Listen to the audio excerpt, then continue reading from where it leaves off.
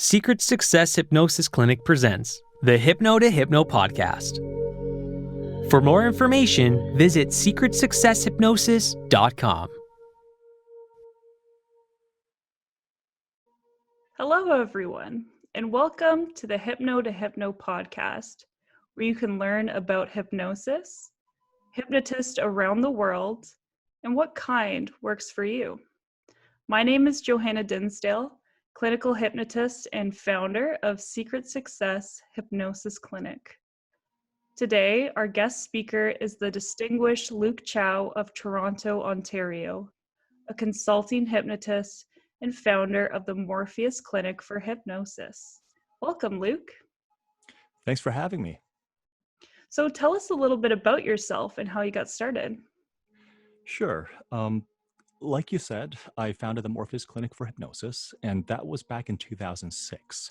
So I was 23 at the time. I'm 37 today, and hypnotherapy's really been my only career. Sometimes I'll say my only adult career, but the reality is it's been my only career. So I'll give you a little bit of a history as to how I got into hypnotherapy. Back in high school, I think was when I first started looking at hypnosis as a practice or as a skill or a technique that can be learned and that can be practiced. Obviously, we've all seen growing up Saturday morning television cartoon shows with the spirals and everything, but back in high school, I was interested in Zen Buddhism, in meditation, in non-pharmacological altered states of consciousness. And at the same time, I was also sort of interested in computer programming, specifically artificial intelligence. And there's a branch of artificial intelligence called natural language processing, NLP.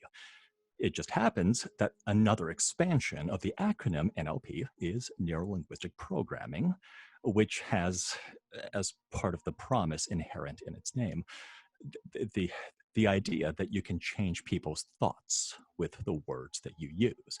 And NLP, in that sense, is derived largely from Ericksonian hypnosis. So I started pulling on that thread, and I got into hypnosis through high school. In university, I entered U of T for human biology. I think you went to U of T as well. I did, yes. As you probably know, people enter first year life sciences usually because their parents want them to go into medical school, and most of them do not pass the Weeder courses. So I ended up graduating with a degree in English literature with minors in biology and semiotics. So semiotics is the study of signs and symbols.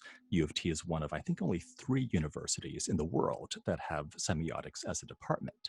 So there isn't really any obvious career path for someone who graduates with a degree in English literature, with some courses as well in semiotics or anthropology. So I had a fairly well-rounded education, took a number of odd jobs. At the age of 23, I did a 10-day meditation retreat on the advice of a friend, and I came out of it with very little fear or anxiety around myself or my future or my life. And 2 weeks later, I rented out my office where I still am right now. I mean, right now I'm in my home because as you know, we're all self-isolating. But the office I'm working out of, or was working out of before the shutdown, and then that I will be working out of after the shutdown, I rented that out, and I just kind of grew it from there. If you asked my 23-year-old self whether he thought I would still be doing hypnosis 13 or 14 years later, he probably wouldn't have guessed yes. But out of all the things that I've really explored and done, this seems to be my calling. Wow, that's great. I started when I was 24, so we're kind of similar in that aspect. Awesome. Yeah, so how do you personally define hypnosis?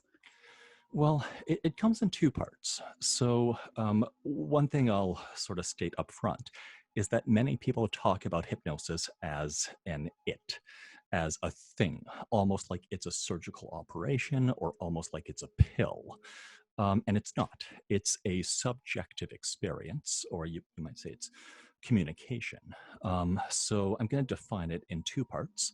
The first part is that for the client, it is a state of mind where they are more relaxed, usually much more relaxed than normal. That relaxation allows them to be more open to new ideas, and usually, or ideally, they also will have suspended critical or analytical thinking. It is that suspension of critical thinking and the open mindedness that allows the client to accept new ideas more readily.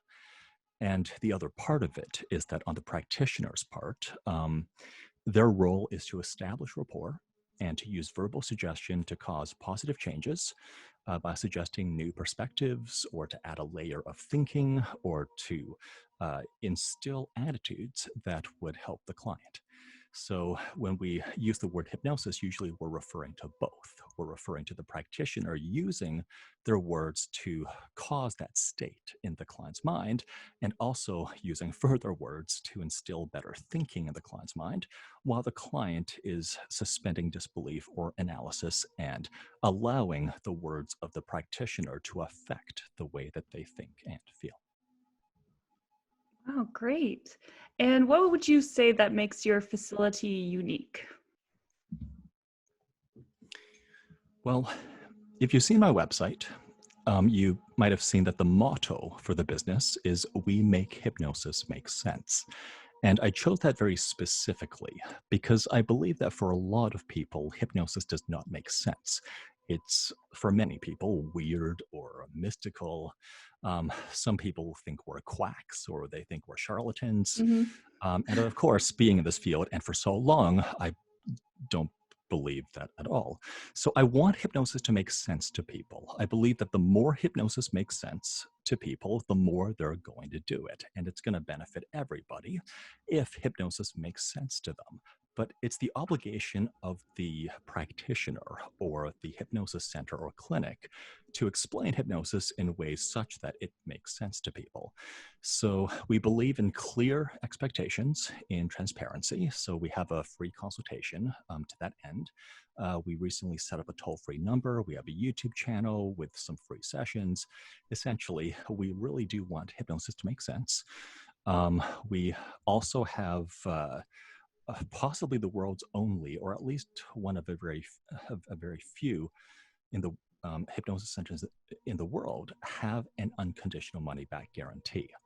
And this is not a marketing gimmick. This is intended so that clients don't have to engage with us under the rules of caveat emptor. It is intended to show good faith. It's intended to demonstrate that we're not going to benefit from this massive information asymmetry between us, practitioners in the field, and clients, who most of whom know very little about hypnosis. So the unconditional money-back guarantee is quite unique. And it also gives us a lot of information that many practitioners just will never be able to get if their dissatisfied clients never come back to them. Recently, we've started providing written treatment plans for free. Again, it's under the idea of transparency, where when the client engages with us and does a free consultation, I'll write out a treatment plan to say, well, I'm going to estimate this number of sessions, and here's what I'm going to be doing in the sessions. That's something that can only be done after some experience, because when I was, say, 25, I couldn't have mapped out a plan for clients with any reasonable expectation that that's what it's going to be over the 5 or however many sessions. I guess other things that might make us unique are that, one, I do very much want to apply critical thinking to hypnosis, which means in many ways I will, not to denigrate, but to speak out against many common industry practices that I think are more for the benefit of practitioners than for clients. So I will apply epistemology and critical thinking. So one other consequence of this is that I don't talk very much about the unconscious mind. When people talk about the unconscious mind very definitively, it strikes me almost like someone peering into a dark room and then boldly proclaiming what they see inside the room that no one can see into. So, and just one final thing is the principles of results-based hypnosis, which I understand is your next question. Yeah, I would love to discuss that a bit more. So, you created the principles of results-based hypnosis in 2006. Can you tell our audience a little on this type of framework? Absolutely, yes. Um, so in 2006, again, I had just opened my practice. I was 23. It was my first real career. And just like every new practitioner, I needed a way to differentiate myself, a way to stand out, a way to be different. So I kind of looked at the whole landscape of practitioners in Toronto. I mean, you're young enough, you might not remember some of the practices back in 2006 or so, but Yeah, I'm pretty um, new in the game. well, back then, um, past life regression was widespread among hypnotherapists, even more so than today. And you know, to me, as somebody who cares about um, truth and epistemology, for me to hear practitioners saying things like, well, even if it doesn't work, as long as the client feels better afterward, then it's okay. For me to hear that, it hurts my heart. Um, I think I've expressed enough of my thinking or my values earlier in this interview that I don't have to go further on that. But I decided that to stand out, it was important for me to identify the principles I was working from and then to practice based on those stated principles. Um, so, one of my more recent podcast episodes or YouTube videos revisits this manifesto some 13 years later, but um, uh, I'll just kind of restate it because I feel like my thinking has modified a little bit since I was 23 years old. But the main points are one, that hypnosis does not have to be mystical or strange. It does not, in other words, require the client to take a leap of faith. I mean, I don't want to be the guy standing at the doorway looking into the completely darkened room saying that I know what's on the inside. That's how you get yourself called a charlatan. So I will not ask clients to take a leap of faith. I believe that results should be self-evident. I shouldn't have to be the one telling the client that they've changed. They should be able to trust their own senses, their own perceptions, and their own ideas. Another idea is that, well, I guess since 2006 and today, Uber has been invented. So I'll use this analogy. Hypnotherapists or hypnotists should be like an Uber driver, in that it's not our job to tell the client where they should go or where we're going to pick them up from. The client tells us what point A and point B are. Our job is to drive. Our job is to navigate the roads, to work around obstacles, and to help the client get incrementally toward the destination or the goals that they have set. Ooh, I like Um, that. yeah, well, it's you can use it. Your listeners can use that because hypnotherapists do sort of have a reputation for telling people what to do. Right. We have a reputation in some ways almost for being authoritarian. And you know, I'm whatever the opposite of authoritarian is, that's me.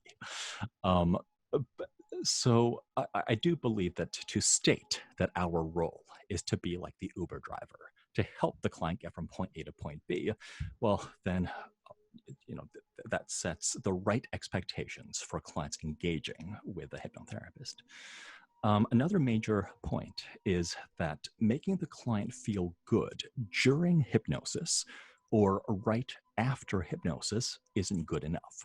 So, in my experience, pretty much everybody feels deeply relaxed during a session. Almost everybody feels much more relaxed for a few hours to a few days after a session. But a week later, a month later, or a year later, obviously the rest of life gets to them and stressors get to them. So the longer of a timeline you look at before saying that the client's a success, the more data or information that you have. I really believe that many practitioners who say that they have a 95% success rate or a 100% success rate, they're measuring it before the client even leaves their office, which is not really intellectually honest, if you ask me. So the client will need some time, at least a few weeks, before they feel that, for example, they're not smoking or they're not overeating is their new normal. So I believe that the client should reach a point where they feel like the change is the new normal before we can really count it as a success. Finally, one other major principle that I work from is that hypnotherapists need to care about truth and not just feelings.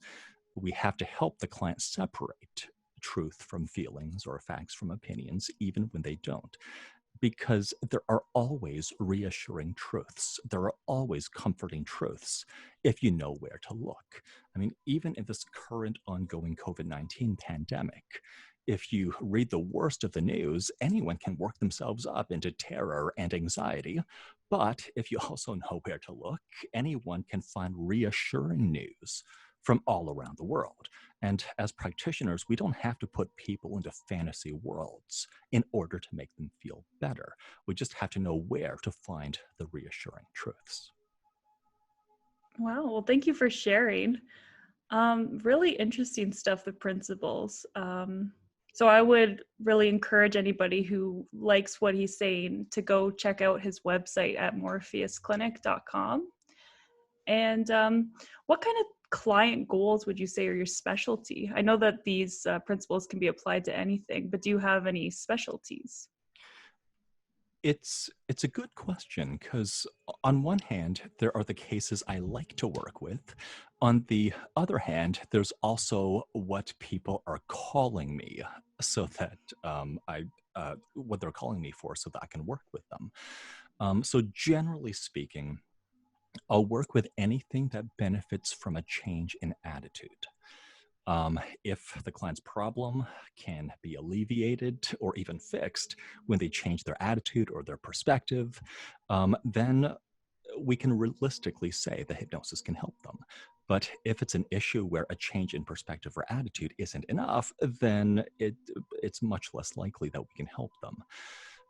So when it comes to what people are seeking my help for, there's a lot of smoking, there's a lot of emotional eating, and there's a lot of different types of fears.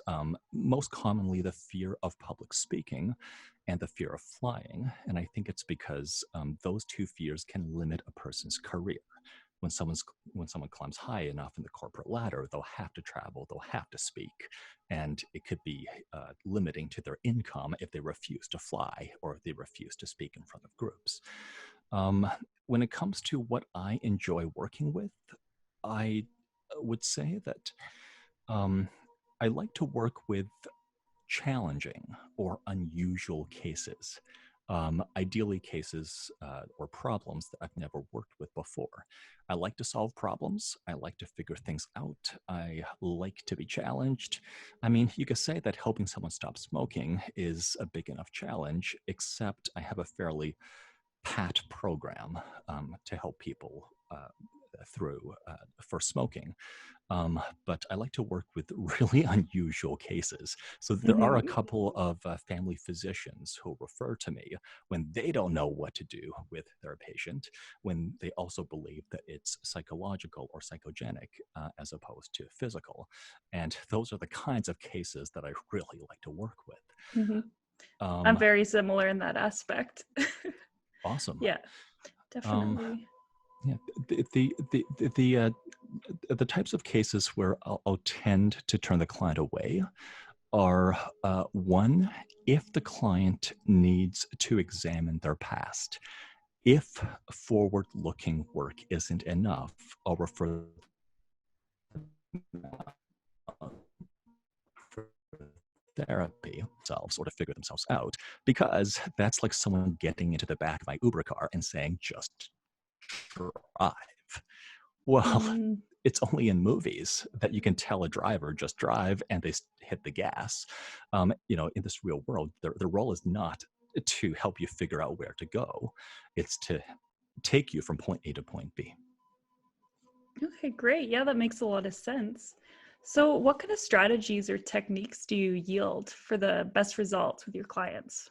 hmm Well, there are a few things to keep in mind, because I um, I imagine that many people who are listening are hypnotherapists, and they want to know what is working for practitioners like me here in Toronto.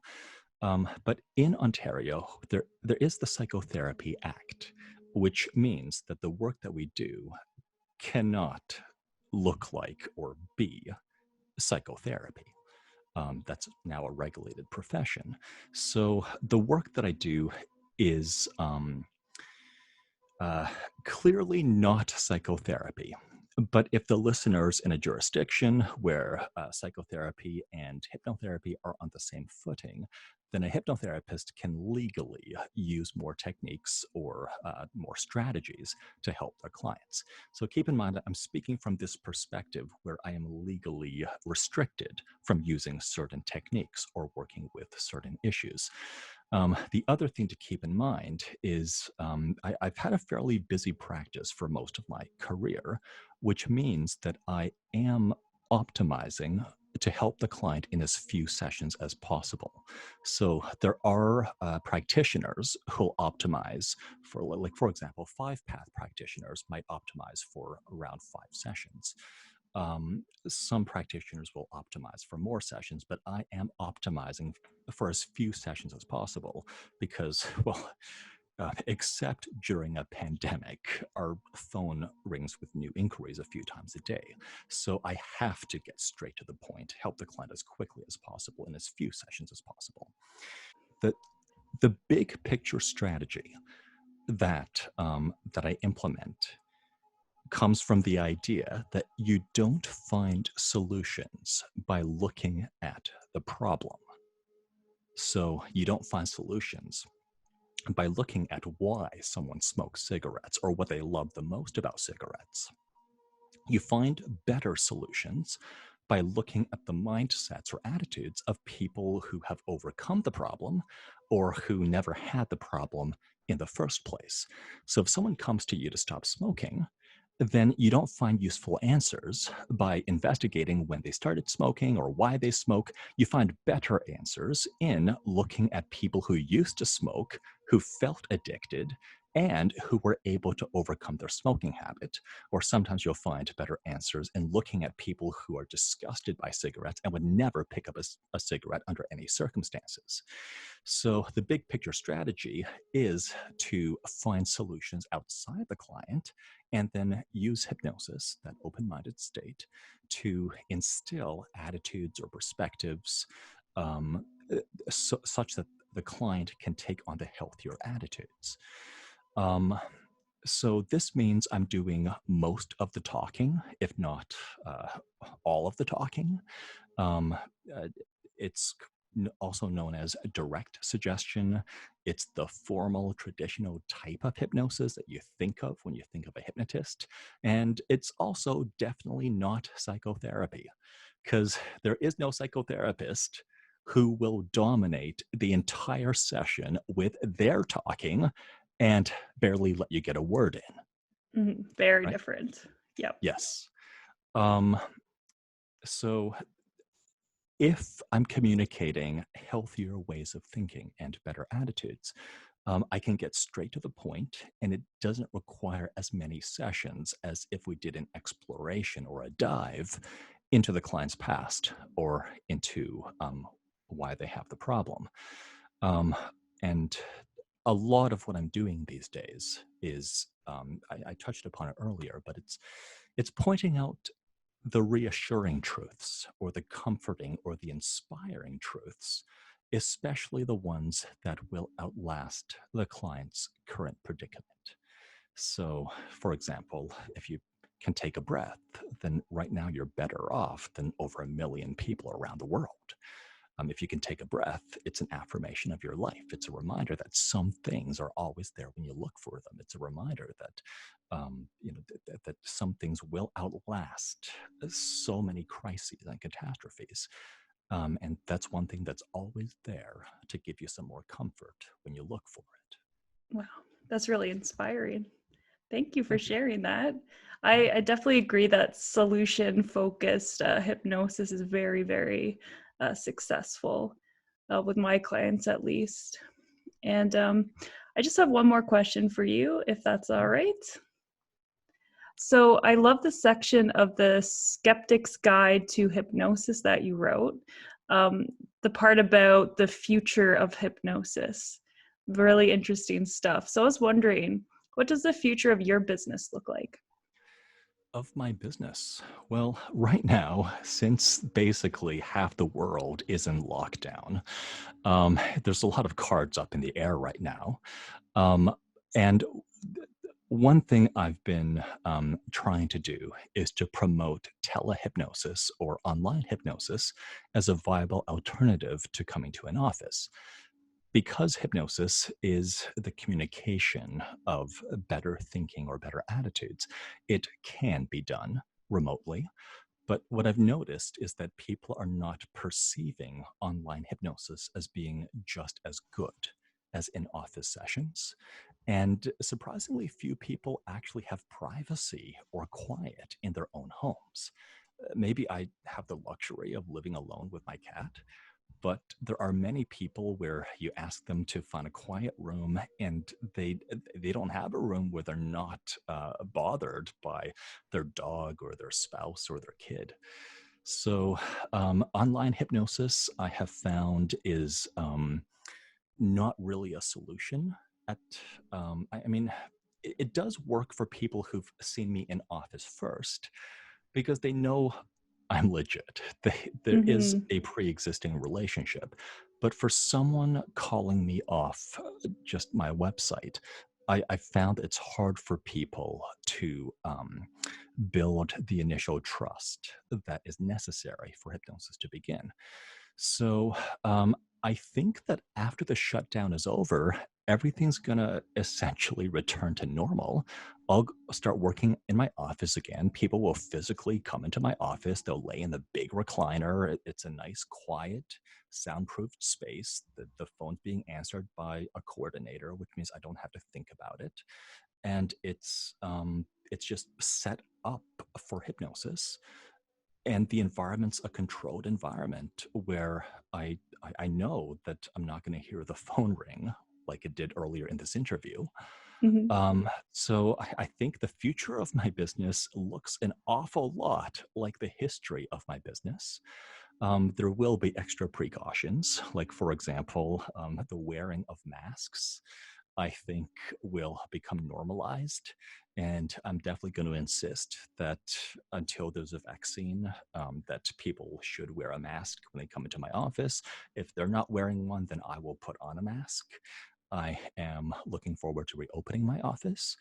The only thing that's new, and this is a direction I've been moving in even before the current pandemic, is to shift from one-to-one work to one-to-many work.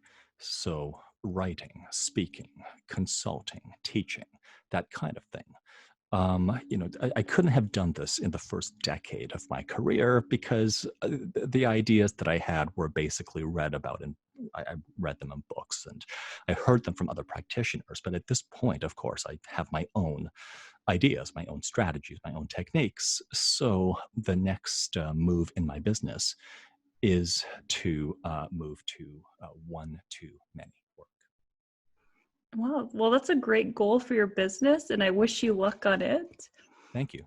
Yeah, thank you so much for joining our podcast. And if our audience would like to hear more on Luke's practice, please check out his podcast called The Hypnosis Nerd, available on iTunes, Spotify, and Google Podcasts. He's also accepting clients over the telephone, as you've heard. And if you would like to book a session with him, check out morpheusclinic.com. Thank you, Johanna. Yeah, and And thank you. good luck to your practice as well.